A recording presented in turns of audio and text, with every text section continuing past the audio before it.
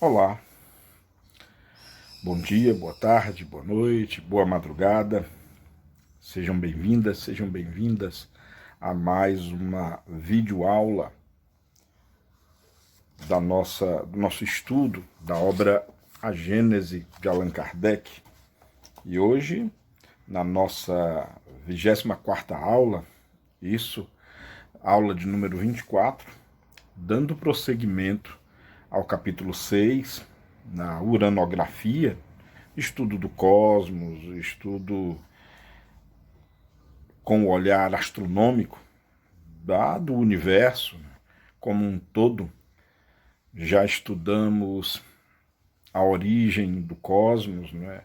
O fenômeno do Big Bang, a origem das galáxias, a origem dos sóis, dos planetas. Discutimos um pouquinho, claro, do ponto de vista filosófico, a origem do tempo e do espaço, ou pelo menos o que seria a estrutura do tempo e do espaço. Analisamos a formação do nosso planeta, planeta Terra, do Sol, dos demais planetas. Investigamos até, com um pouco mais de detalhe, planetas curiosos como Saturno, planeta dos anéis. Estudamos os cometas.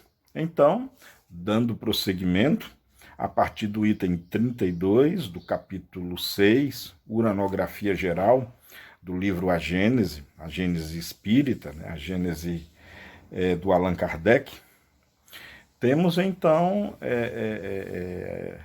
a continuidade que daremos no que concerne à estrutura de partes do universo. No item 32 é o espírito Galileu Galilei.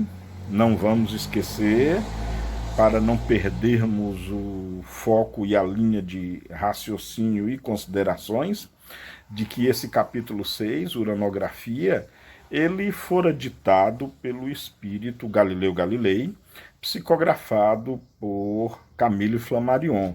É muito importante nunca esquecer disso.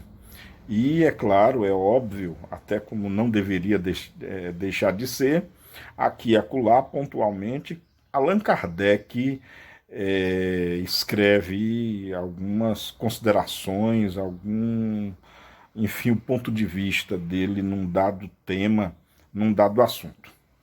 Antes de iniciarmos propriamente dito, sejam bem-vindas de novo, todos aquelas que, como eu, buscam conhecimento, buscam a verdade dos fatos, todos aqueles e aquelas que, como eu,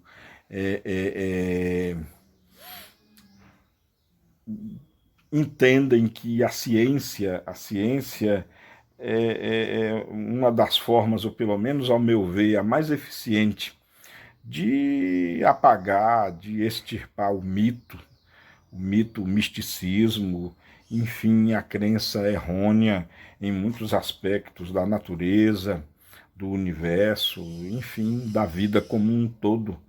E o livro A Gênese, com certeza, ele desperta em todos nós um olhar positivo, um olhar de admiração, por que não dizer, um olhar de admiração do belo, do maravilhoso, que é a natureza. Interessante que até agora, em função de tudo que já estudamos, em função de tudo que já abordamos, é patente, eu creio que seja impossível qualquer uma que estude não chegar à conclusão. É impossível não chegar à conclusão de que o universo, a natureza, é magnífica, o universo é espetacular, extraordinário, belo, a vida como ela é linda, é verdadeiramente a expressão de pura criatividade. Não há necessidade de apelações, não há necessidade de desejar-se que eventos outros ocorram, como que por milagre, como que por ficção. A vida já é linda como ela é, a maneira com que o universo existe e funciona, desde a sua criação, que é óbvio nenhum de nós presenciou, mas o próprio fato do mundo, como nós o atestamos hoje e agora, né? Basta observarmos do nosso mero ponto de vista, da mera possibilidade em que nós nos encontramos. O que nós podemos verificar? O nascer do sol, o pôr deste, o fenômeno das chuvas, as estações do ano, as estrelas no céu, no firmamento, os animais, os vegetais, toda a vida que pulula na Terra, os biomas, a biosfera terrestre, os ambientes na Terra, né, os mares e oceanos, rios, lagos, lagoas, riachos, cachoeiras, as florestas, os desertos, enfim, todos os reinos da natureza.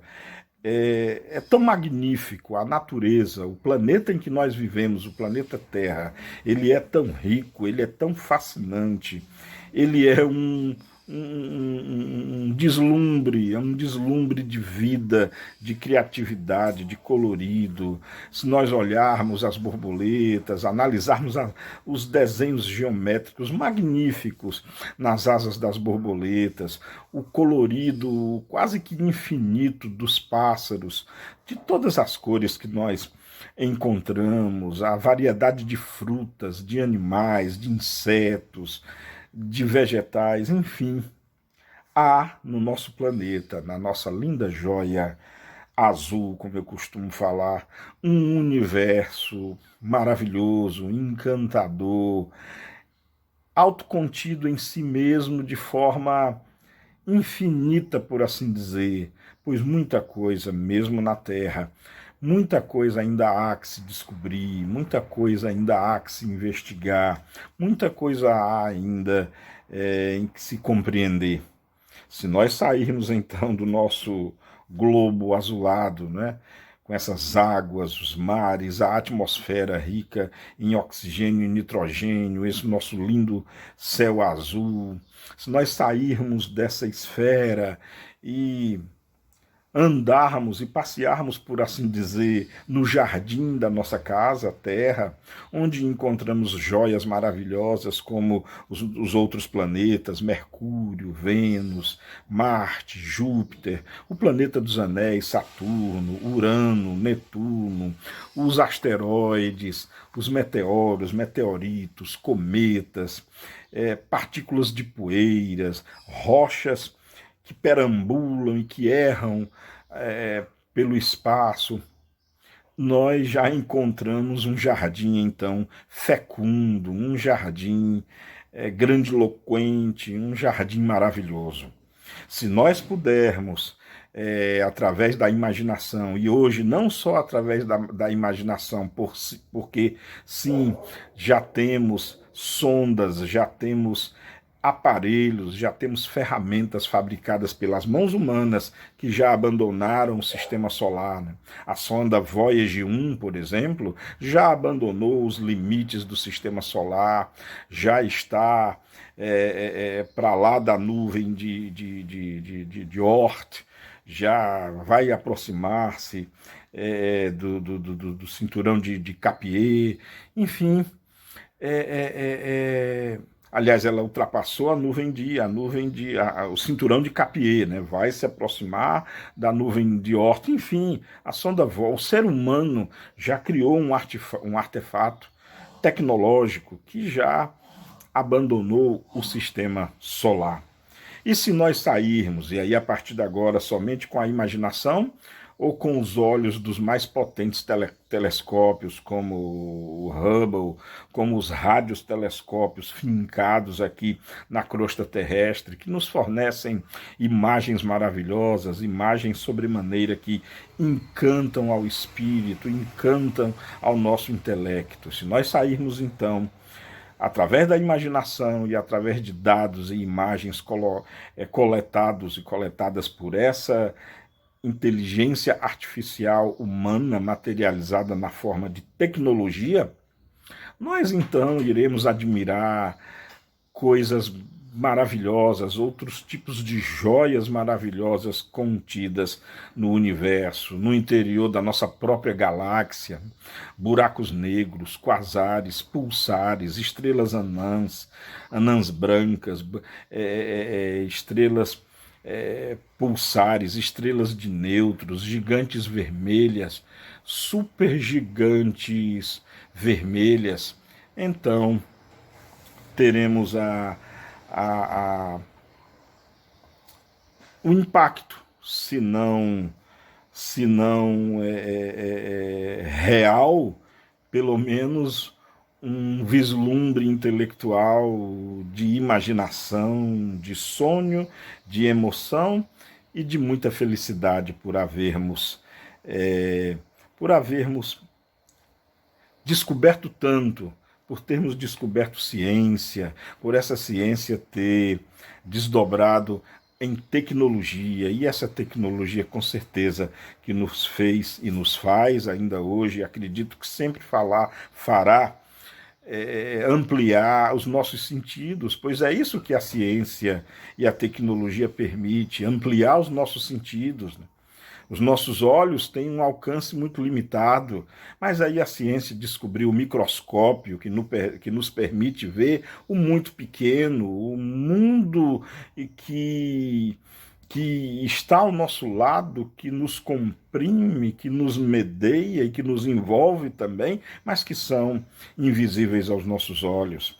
Descobrimos também, produzimos as lunetas, os telescópios, os radiotelescópios, que expandem os nossos olhos para o muito grande, para os limites do sistema solar, para os limites das galáxias, nos fez e nos faz visualizar outras galáxias, nossas vizinhas, que povoam esse universo que, para dizer o mínimo, é infinito, né?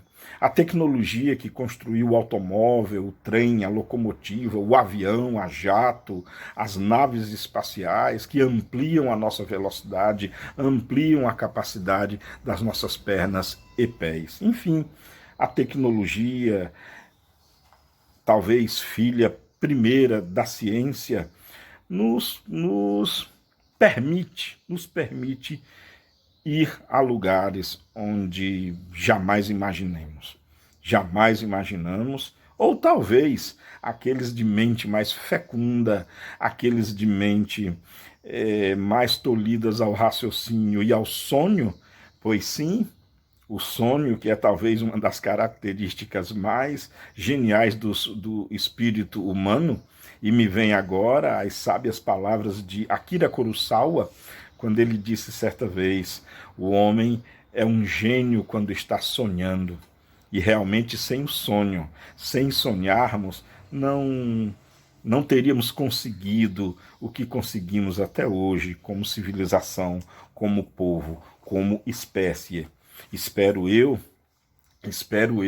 que a nossa espécie, a espécie humana, tão sofisticada, tão especial, realmente essa espécie que é a mais complexa e ao mesmo tempo a mais contraditória do nosso globo. Espero que nós possamos sobreviver. Espero que nós tenhamos, enquanto espécie, longevidade suficiente. Espero que todos nós consigamos atravessar essa adolescência tecnológica, essa gananciosa, perniciosa e febril, doentia busca pelo dinheiro, pela matéria, pelaquilo que é passageiro. E espero que sim, nós possamos utilizar da descoberta dessa matéria um meio para evoluirmos, um meio para descobrir cada vez mais as propriedades do espírito, as propriedades desse ser imortal que somos. E vislumbrando, descobrindo, manuseando e trabalhando esse ser imortal que somos, espíritos, que possamos entender que através dele e utilizando a matéria, sim, ao nosso serviço, ao serviço do próximo, para o bem, consigamos realmente utilizar os recursos do nosso planeta, da nossa linda joia, sem agredi-la, sem destruí-la, outros sim, construindo-a para melhor. E que daqui, logo, logo, nós consigamos, assim como já fomos à Lua, assim como já mandamos uma sonda que pousou no satélite Titã de Saturno, que possamos um dia nós mesmos conseguir abandonar o ninho terrestre e colonizar o espaço, colonizar mundos, deixar, quem sabe, a marca da espécie humana em outros globos, criando e espalhando a nossa própria civilização por entre as estrelas. Quem sabe um dia encontrando os nossos irmãos dos outros globos, que com certeza existem sim, só estão muito distantes, só estão ainda, por enquanto, numa impossibilidade espacial inatingível ainda. Mas o gênio humano, o intelecto humano, em face do que ele já conseguiu, certamente, como eu já falei anteriormente, no dia em que acabarmos com a guerra, com a fome, com a miséria, no dia em que a espécie humana finalmente respirar a liberdade do bem, no dia em que a espécie humana respirar os ares que tanto Jesus Cristo e tantos outros sábios de bem da humanidade nos ensinou, nos apregoou e nos mostrou, e aí sim, que salto evolutivo em todas as áreas, nas ciências, na tecnologia, na agricultura, na medicina, nas artes, na literatura, em todos os aspectos da cultura humana, que salto nós daremos, que impulso para frente. E como diz a cultura nerd, para o infinito e além, com certeza é o que a nossa sociedade está destinada, é para o que a nossa espécie está destinada, se realmente sobrevivermos à nossa própria ignorância, se sobrevivermos à nossa própria maldade, egoísmo e orgulho. Mas, dando início finalmente ao texto já do livro A Gênese, né? Voltando, relembrando aqui, estamos no capítulo 6, Uranografia Geral, e hoje vamos continuar os nossos estudos a partir do item 32. No item 32, o espírito Galileu Galilei traça dissertações sobre a nossa galáxia, sobre a nossa nebulosa lar, o nosso lar cósmico galáctico, a nossa Via Láctea. Se vocês alguma vez tiverem tido a oportunidade, e se não tiveram, memorizem bem as minhas palavras, e se for possível em algum dia, quando vocês forem para alguma praia distante, ou para o alto de alguma serra, como Aratuba aqui, Complexo de Baturité, Guaramiranga, ou no interior, enfim, quando temos a oportunidade de nos afastarmos da cidade grande e irmos a lugares onde não tem tanta luz artificial, onde a noite pode exibir o seu escuro natural, o seu escuro livre de qualquer interferência, e quando for uma noite límpida, uma noite sem nuvem, uma noite sem luar, uma noite, enfim, cristalina em termos de visibilidade, quando nós olhamos para o céu, nós vamos enxergar um caminho atravessando o céu inteiro. Vamos encontrar como se fosse uma mancha leitosa. Às vezes, existem algumas pessoas que interpretam essa mancha leitosa como uma espinha dorsal, parece muito uma coluna vertebral.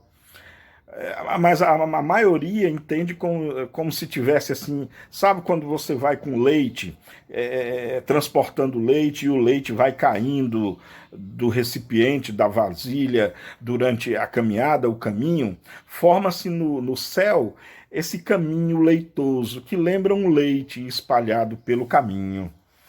É a nossa Via Láctea, é a perspectiva dorsal, é a perspectiva em plano lateral da nossa galáxia, a Via Láctea. Aquilo que nós estamos vendo nesse céu límpido, se alguém já teve a oportunidade de ver, quem não teve, busque essa oportunidade, pois é maravilhoso, é lindo. Essa espinha dorsal da noite, esse caminho de leite, é a nossa Via Láctea. Aliás, a palavra Via Láctea, ela vem do latim e literalmente significa caminho de leite. O termo Via Láctea, na verdade, ele surgiu bem antes até da sua própria visualização, porque a primeira visualização da Via Láctea foi por volta só de 1700.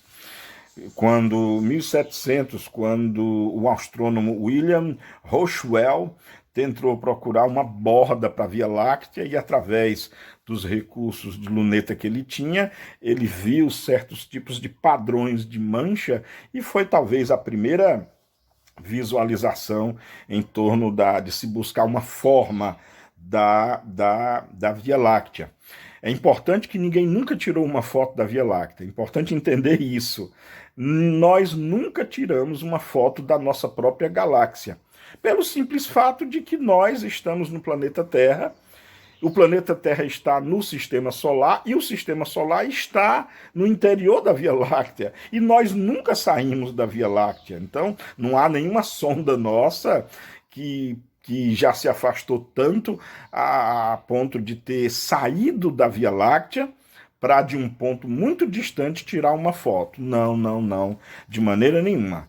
A visão que nós temos da nossa galáxia é através de estudos, claro, de imagens do interior da nossa própria galáxia e de imagens de outras galáxias. Sim, de outras galáxias. Em 1929, o astrônomo Edwin Hubble conseguiu obter a primeira foto de uma galáxia distante, de uma galáxia outra, que não seja, claro, a nossa Via Láctea. Foi ele que conseguiu esse primeiro feito em 1929. De lá até agora, né, de 1929 até hoje, estou gravando esse vídeo numa quinta-feira, 5 de novembro de 2020, é óbvio que já tiramos fotos de muitas outras galáxias e, claro, que com a análise dessa vizinhança toda, vislumbramos e temos ideia de como deve ser a nossa própria galáxia. Mas o termo Via Láctea, na verdade, nasceu de um mito grego, né? Conta que a deusa Hera estava amamentando Hércules quando ainda era bebê, e ela se assusta. Parece que Hércules morde com mais força o peito de Hera e ela se assusta. E aí, quando ela se assusta, esguincha leite do peito dela e aí forma aquele caminho leitoso. Daí nasceu o mito da Via Láctea. Isso muda, claro, de cultura para cultura. É óbvio que o mundo sofreu muita influência da cultura grega, mas para vocês terem uma ideia, e aí tem tudo a ver com a nossa própria cultura, os tupi-guaranis, por exemplo, aquela mesma mancha que vemos no céu, aquela mesma mancha leitosa em que nós chamamos de Via Láctea, os nossos índios tupi-guarani eles chamam de caminho da anta. Na mitologia tupi-guarani, a anta que formou esse caminho de criação universal. E num paralelo muito interessante, porque a anta, quando ela vai consumir uma fruta, a anta ela come toda a fruta e enterra o caroço.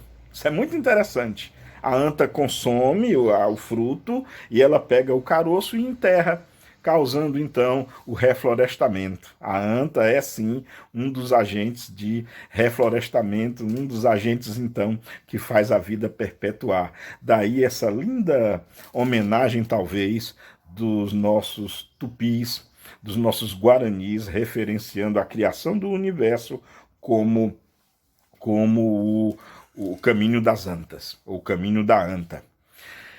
Bom, meus amigos, minhas amigas, o que se sabe do universo até hoje, aliás, perdão, o que se sabe da galáxia até hoje, é claro que sabemos já muita e muita coisa. Sabemos que a nossa galáxia ela tem forma espiralada, elíptica, inclusive o próprio sistema solar, nossa morada cósmica, fica no braço chamado Braço de Órion. não é o braço mais externo, há um braço ainda mais externo que o nosso, que é o braço de Sagitário. Então nós ficamos aí, na verdade, o nosso Sol fica bem na borda do braço de Órion, já vislumbrando o braço de Sagitário. Inclusive, esse caminho de leite, a Via Láctea que vemos nessa noite profunda, escura e sem interferência luminosa, é já o braço seguinte do nosso disco galáctico que podemos vislumbrar também. Então, a nossa galáxia é enorme.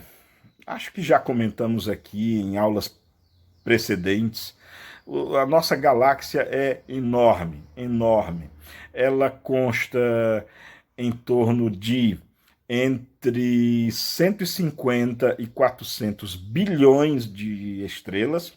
Então, olha só de sóis e estrela, nossa galáxia tem entre 150 e 400 bilhões de estrelas. A nossa galáxia tem um diâmetro médio de 100 mil anos-luz, ou seja, a luz leva em torno de 100 mil anos para cruzar a galáxia de ponta a ponta, ou seja, é muito mais tempo do que a história de todas as civilizações que já passaram pela Terra. A nossa galáxia ela é do tipo discoide plana, então é uma galáxia plana, mas não plana no fato dela ser bidimensional. Claro, a nossa galáxia tem uma espessura que é em média de 50 anos-luz. Então não vamos confundir. De ponta a ponta do diâmetro, ou seja, cruzando a galáxia inteira na velocidade da luz, levaríamos 100 mil anos. E se fôssemos atravessar de baixo para cima ou de cima para baixo, por assim dizer, claro que isso não tem sentido no espaço sideral, mas só a guisa de referencial, nós levaríamos aí em torno de 50 mil anos-luz. A galáxia gira também, nada no universo está estático, só para nós termos uma ideia, tomando do ponto de vista do nosso sistema solar, o Sol, a nossa estrela dá uma volta completa em torno do centro galáctico, né? E essa volta completa, claro, é em função da rotação do braço de Órion, ao qual o nosso sistema solar pertence. Então, o braço de Órion dá uma volta na galáxia, no centro galáctico, em torno de... Ele leva em média, de 225 a 250 milhões de anos. Incrível, né? 225 a 250 milhões de anos. É fascinante, é fascinante. Agora, hoje, 5 de novembro de 2020. Esse ponto em que o planeta Terra está, na última vez em que ele esteve aqui, nenhum de nós estávamos aqui na Terra. Quem estava caminhando aqui na Terra nessa época eram os dinossauros. Então, há 250 milhões de anos atrás, quem estava caminhando aqui não éramos nós, eram os dinossauros. E daqui a mais um ciclo, daqui a mais 250 milhões de anos, será que será a espécie humana que ainda estará aqui na Terra? Bom, uma coisa é certa, estaremos vivos. Somos espíritos imortais, não sei se estaremos aqui na Terra, mas estaremos vivos e quem sabe estaremos sim aqui, sim, já num processo evolutivo bem diferenciado, espero eu, já com muita consciência. Bom, vamos aguardar, né? 250 milhões de anos, apesar de ser muito tempo, apesar de ser um tempo que talvez nenhum de nós compreenda, mas é um piscar de olho se considerarmos que o tempo é infinito. Então, caros amigos, caras amigas, a nossa galáxia é só ela, se nós focarmos só na Via Láctea, ela é muito grande, ela é enorme, ela é um objeto sideral que talvez a nossa mente não consiga imaginar. Nenhum de nós talvez tenha uma acuidade mental para compreender o que é um objeto que tenha o tamanho de 100 mil anos-luz por 50 mil anos-luz de espessura. Não dá para compreender, não tem. Se nós ficamos embasbacados com as dimensões do oceano, se nós ficamos assim maravilhados, quase que hipnotizados com as dimensões dos mares, que está aqui na nossa pequena joia azul, que é um planeta pequeno, quase que insignificante se comparado a esses bilhões de mundos que existem, chegaremos lá. Bom, mas vamos ver o que Galileu Galilei, o que Galileu Galilei dita, né, para nós, quais as informações que ele traz. A Via Láctea, a Gênese, capítulo 6, item 32. Pelas belas noites estreladas e sem luar, toda a gente há contemplado essa faixa esbranquiçada que atravessa o céu de uma extremidade à outra e que os antigos cognominaram de Via Láctea, por motivo da sua aparência leitosa. Esse clarão difuso, o olho do telescópio o tem longamente explorado nos modernos tempos. Essa estrada de poeira de ouro, esse regato de leite da mitologia antiga, se transformou num vasto campo de inconcebíveis maravilhas. As pesquisas dos observadores conduziram ao conhecimento de sua natureza e revelaram que ali, onde o olhar errante apenas percebia uma fraca luminosidade, há milhões de sóis mais luminosos e mais importantes do que o que nos clareia a Terra. Observemos aqui Galileu Galilei tecendo as suas primeiras considerações acerca da observação da nossa galáxia, a Via Láctea. É importante entender que nessa época, acredito que Galileu está se lembrando das suas épocas de quando estava encarnado na Terra, pois quando ele nos contabiliza a quantidade de sóis, ele usa a ordem de grandeza milhões, né? Milhões é muito pouco para se usar como base de contagem para as estrelas da nossa Via Láctea. Como eu já falei anteriormente, o telescópio orbital Hubble já contabilizou para mais de 300 bilhões, não são milhões, são bilhões de estrelas, de outros sóis. Então, Galileu aí não estava certo com relação à matemática, com relação à contagem do número de estrelas. Mas é preciso lembrarmos que nós estamos aqui, à época desse texto, em 1857. A astronomia, embora já tivesse desenvolvido bons telescópios, não se compara à tecnologia que temos hoje. Então, que possamos dar essa devida entendimento e consideração. Bom, no item 33, onde Galileu já vai começar a conceituar a Via Láctea, ele diz o seguinte, ele escreve através das mãos mediúnicas de Camille Flammarion. Com efeito, a Via Láctea é uma campina matizada de flores solares e planetárias que brilham em toda a sua enorme extensão.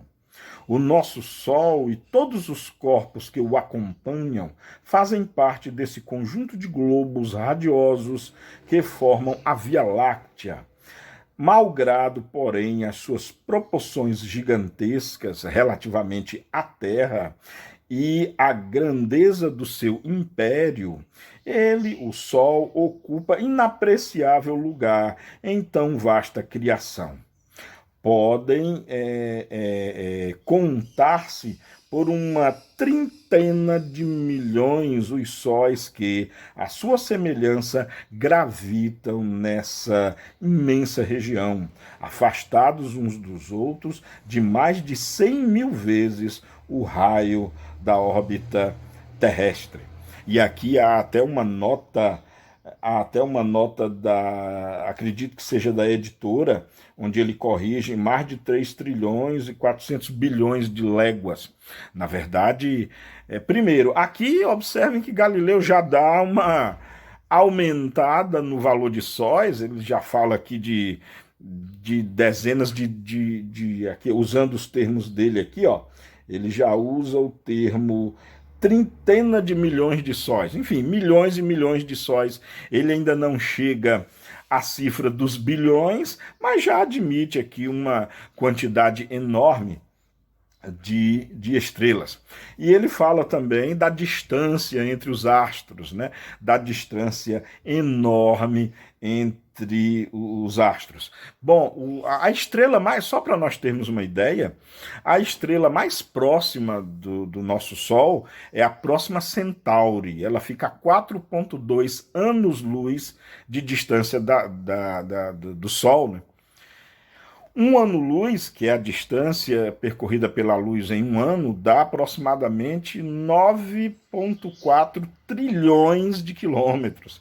Então, a distância do Sol, o nosso Sol, para a estrela mais próxima é mais de 4 vezes 9,4 trilhões de quilômetros. Então, realmente, a distância entre os astros, a distância entre as estrelas, é algo também que a nossa imaginação ainda não consegue vislumbrar, não consegue entender na inteireza. Entendemos, claro, a matemática, entendemos já o que os números significam, mas não sentimos, por assim dizer assim, ainda na pele o que quer dizer essas distâncias.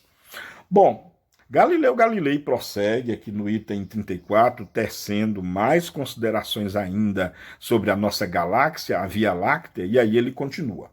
Item 34. Por esse cálculo aproximativo, se pode julgar da extensão de tal região sideral e da relação que existe entre o nosso sistema planetário e a universalidade dos sistemas que ela contém.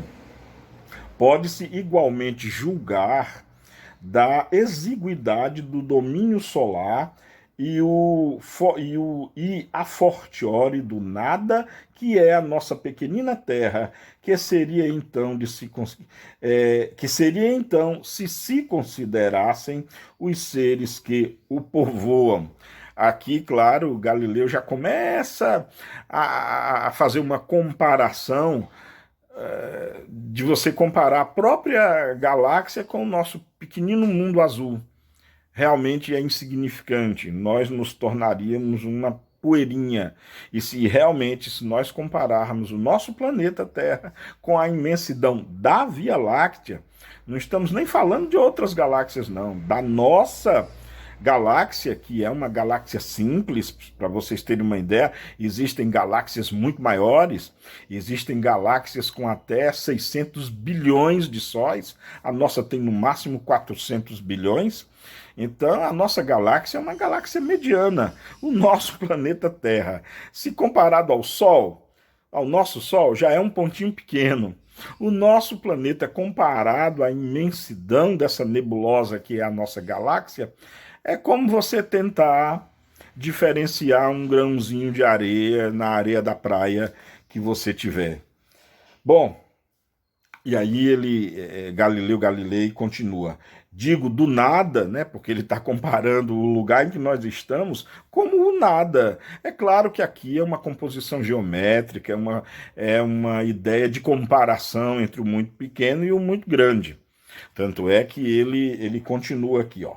Digo do nada porque as nossas determinações se aplicam não só à extensão material, física dos corpos que estudamos, o que pouco seria, mas também e, sobretudo, ao estado moral deles como habitação e ao grau que ocupam na eterna hierarquia dos seres.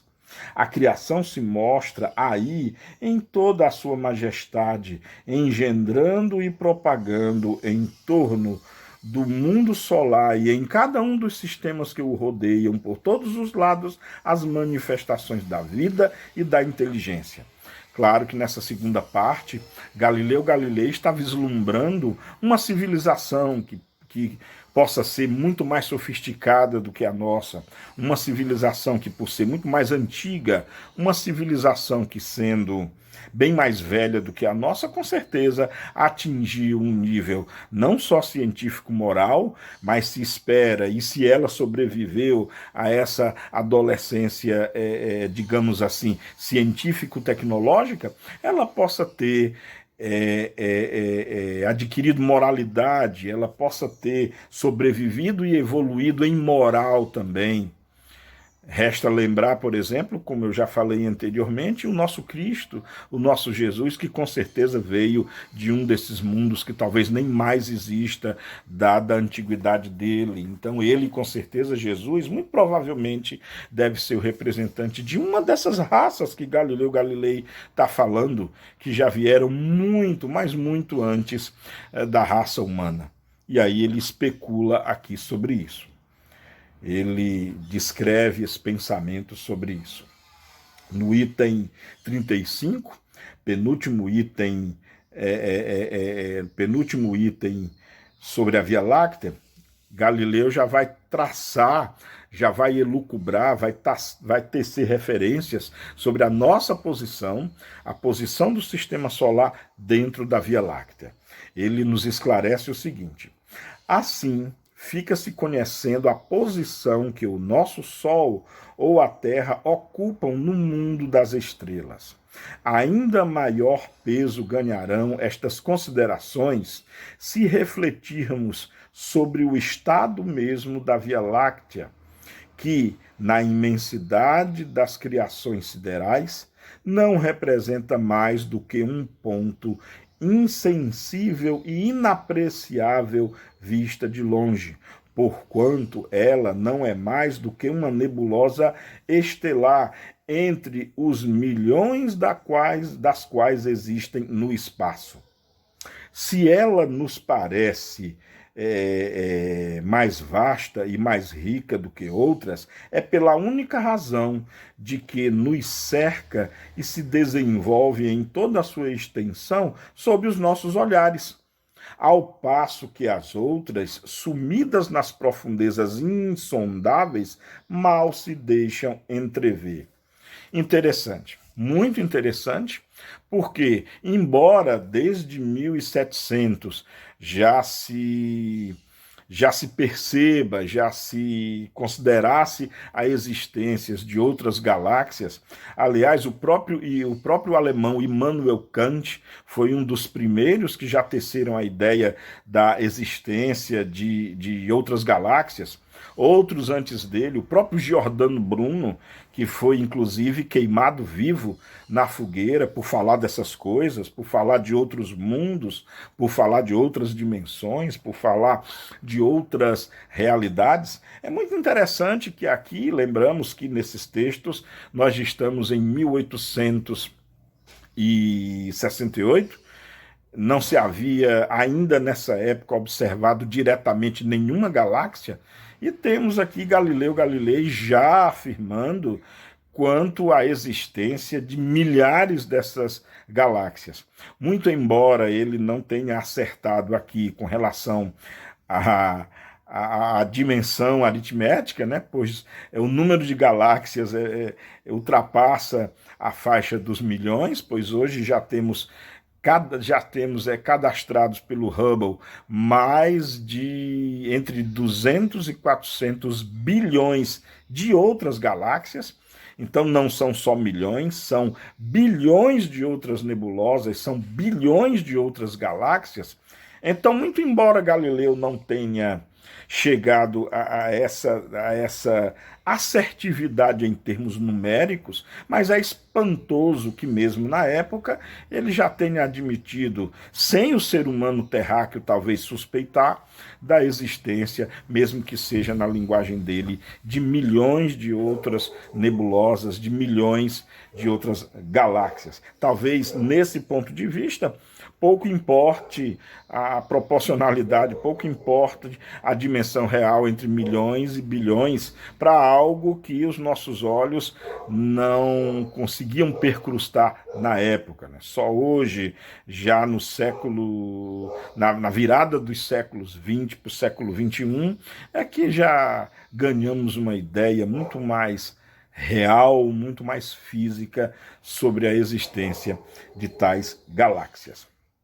E aí, Galileu Galilei encerra esse tema da Via Láctea, ele encerra de maneira, como sempre, poética e maravilhosa, no item 36, quando Galileu descreve o seguinte: ora, sabendo-se que a Terra nada é, ou quase nada, no sistema solar, que este, o sistema solar, nada é, ou quase nada, na Via Láctea, esta, por sua vez, nada, ou quase nada, na universalidade das nebulosas, e essa própria universalidade, bem pouca coisa é dentro do imensurável infinito, começa-se a compreender o que é o globo terrestre.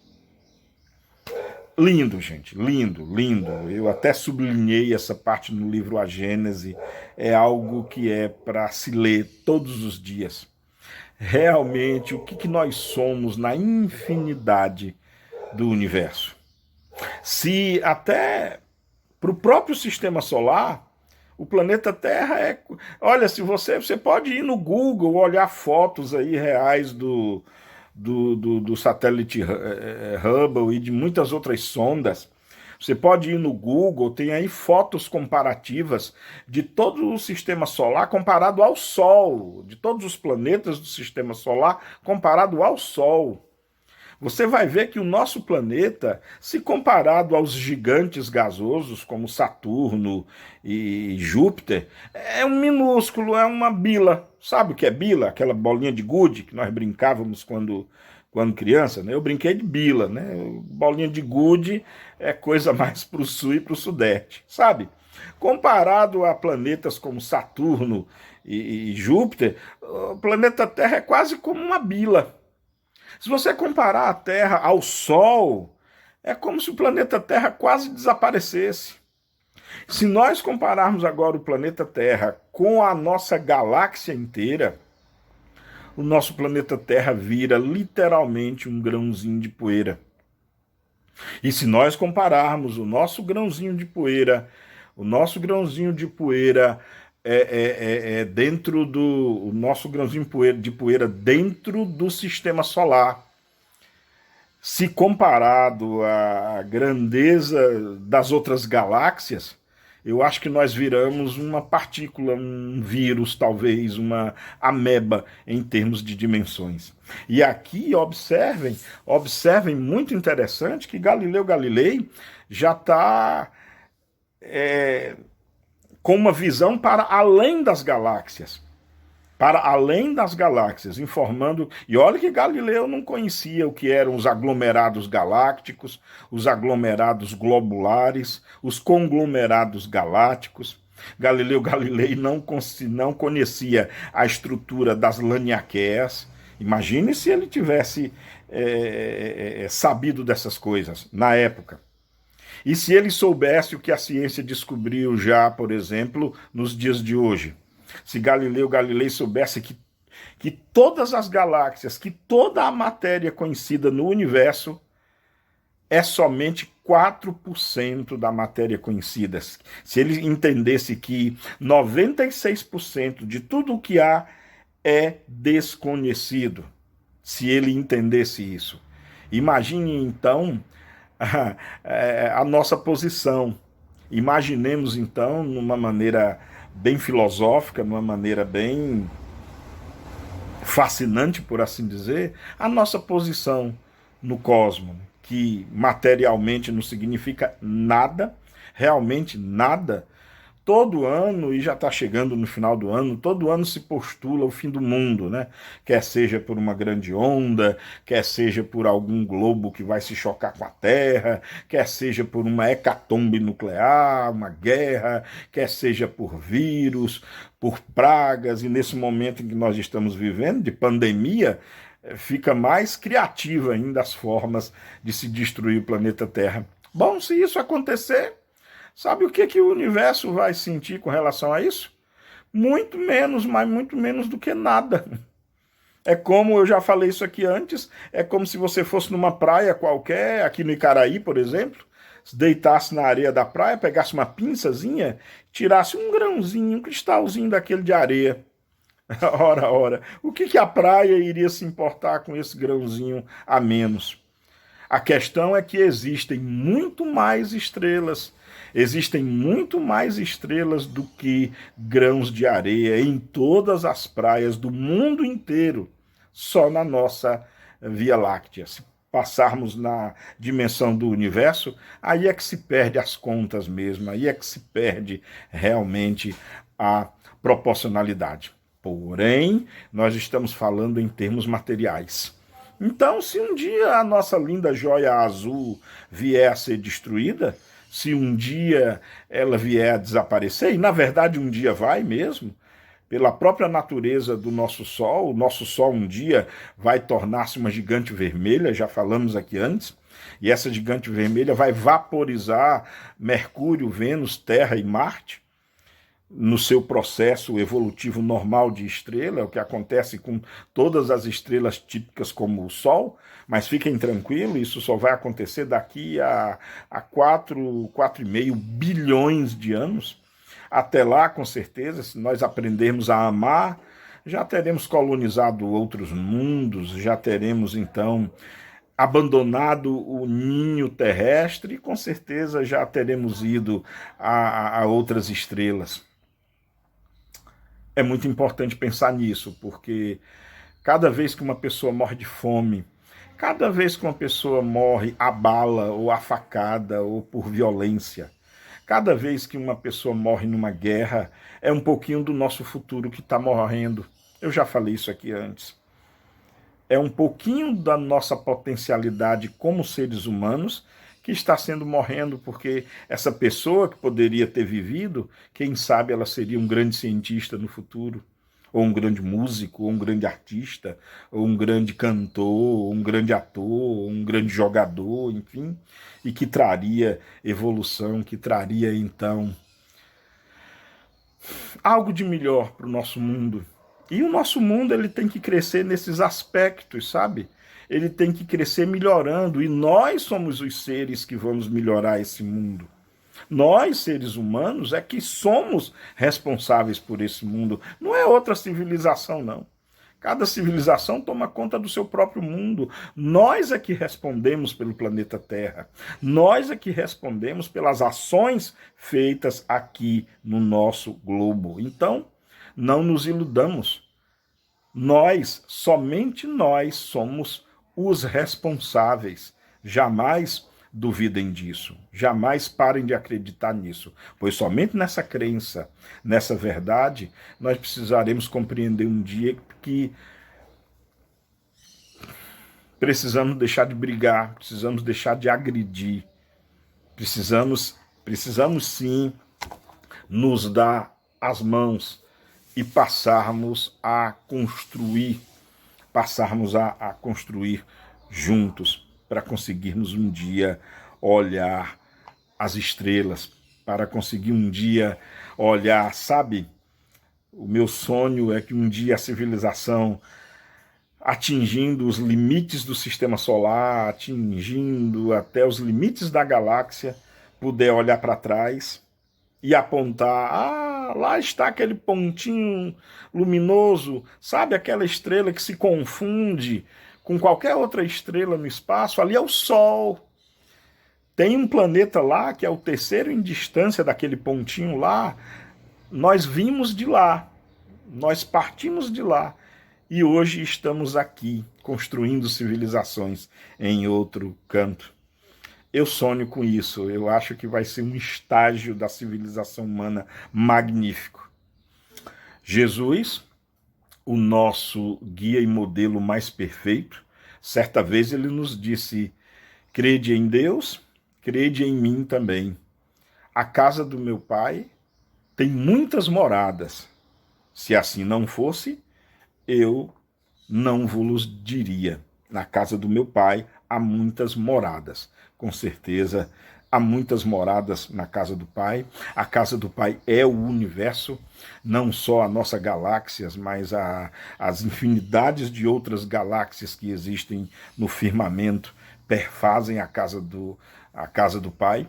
E essa casa, salpicando de mundos, salpicada de galáxias, elas com certeza constituem a casa do Pai. Hoje nós estamos morando num desses endereços, aonde nos levará a nossa evolução, aonde nos levará. Jesus, inclusive, a despeito ainda desse trecho, falou que iria preparar o lugar, preparar um outro mundo. O que será que isso significa, né? Sabemos que o nosso planeta, a nossa linda joia azul, tem as eras contadas com a evolução solar. Será que Jesus estava se referindo a uma nova terra, uma nova morada, quando esses dias terríveis chegarem? Que, claro, demorará bilhões de anos, mas um dia chegará. Será que ele se referiu a isso? Temos muito que estudar, claro, a esse respeito, quanto em muitos outros aspectos. Então é essa a história da nossa Via Láctea, na visão do Galileu Galilei, visão essa muito maravilhosa, e eu acho quase que como a guisa dos próximos capítulos, né? Estamos já caminhando para o final. Então, a partir do item 37, né, terminamos nessa linda poesia aqui e vale a pena reler, porque ela toca o coração. Ainda, eu vou reler o item 36 de A Gênese. Ora, sabendo-se que a Terra nada é, ou quase nada, no sistema solar, que este nada é, ou quase nada, na Via Láctea, esta, por sua vez, nada ou quase nada na universalidade das nebulosas. E essa própria, na verdade, universalidade, bem pouca coisa dentro do imensurável infinito, começa-se a compreender o que é o globo terrestre. Há uma questão até também moral e filosófica nessas colocações do Galileu Galilei. Talvez seja muito íntimo, sabe? Muito íntimo, mas eu relendo agora esse lindo parágrafo, eu fico imaginando uma dissertação do Galileu Galilei contra o materialismo. Tudo que nós queremos, toda a ambição do ser humano está concentrada aqui na Terra. Toda a ambição, todos os desejos materiais está concentrado aqui na Terra. E Galileu acabou de nos descrever agora que a Terra é um nada. Então apostamos todas as nossas convicções e desejos infantis num nada, esquecendo os jardins infinitos que temos além desse nada que é o planeta Terra. É óbvio que não estamos menosprezando o nosso globo, não estamos diminuindo a importância do nosso globo, apenas estamos em face do que a ciência nos diz, comparando a magnitude, a expressão geométrica e física desse globo, se comparado a tudo que há. E perdemos tanto tempo com materialismo, e perdemos tanto tempo passando as míseras décadas que constituem cada encarnação aqui na Terra, às vezes com um desejo de só acumular, de perder o nosso tempo em acumular bens esses que, na maioria das vezes, usado com extremo egoísmo, não nos leva a nada. E está aqui Galileu dizendo que, com esse olhar astronômico, com esse olhar, digamos assim, infinito, poderíamos compreender que a Terra não é nada, que o espaço é tudo, que a criação divina de Deus, com certeza esse Deus que é a inteligência suprema, causa primeira de todas as coisas, ele sim é tudo. Ele sim significa tudo. E o quanto há para se explorar, o quanto há para se descobrir, o quanto há para se maravilhar, para se deleitar, para às vezes até chorar de emoção, para às vezes até verter lágrimas, não lágrimas de tristezas, pois nem toda lágrima quer dizer tristeza.